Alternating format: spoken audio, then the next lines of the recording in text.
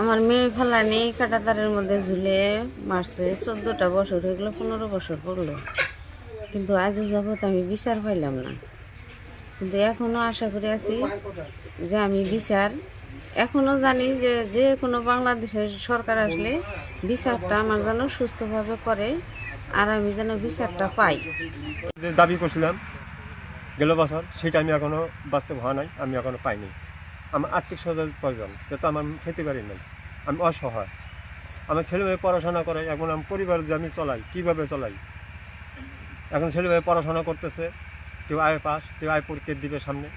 আমি সরকারের কাছে এটি দাবি, আমার ছেলেমেয়ে যেখানে নিয়ে আমি দাঁড়াই সেখানে জানি আমি সরকার জানি সহযোগিতা করে, আমি চাকরি ব্যবসায় কী করে আমি এটাই আমার কাছে দাবি বেশি।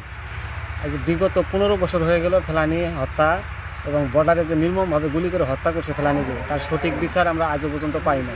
যাতে এই দেশের যে কোনো সরকারি আসুক না কেন, যে সরকারি আসুক, সর্বপ্রথম যাতে ফেলানি হত্যার বিচারটাই আগে করা হয়।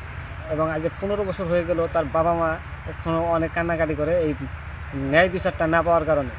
যাতে এই বাংলাদেশে এরকম যে আজ 15 বছর হয়ে গেল, এই আজও পর্যন্ত সেই মামলা ঝুলিয়ে রাখা হয়েছে, তাদের বাবা মায়ের অনেক কষ্ট পাচ্ছে। যাতে সঠিক বিচারটা হয়, এই দিকটাই আমাদের দেশের সরকার যেন আগে লক্ষ্য করে। ভারত সরকার দ্রুত এই আপিলটি নিষ্পত্তি করে এই ফেলানি হত্যাকাণ্ডের সঙ্গে জড়িত এবং দায়ী যে সদস্য, বিএসএফ সদস্য, তাকে দৃষ্টান্তমূলক শাস্তি প্রদান করা হোক। তাহলে ভারতের প্রতি মানুষের বিশ্বাস এবং আস্থা ফিরে আসবে।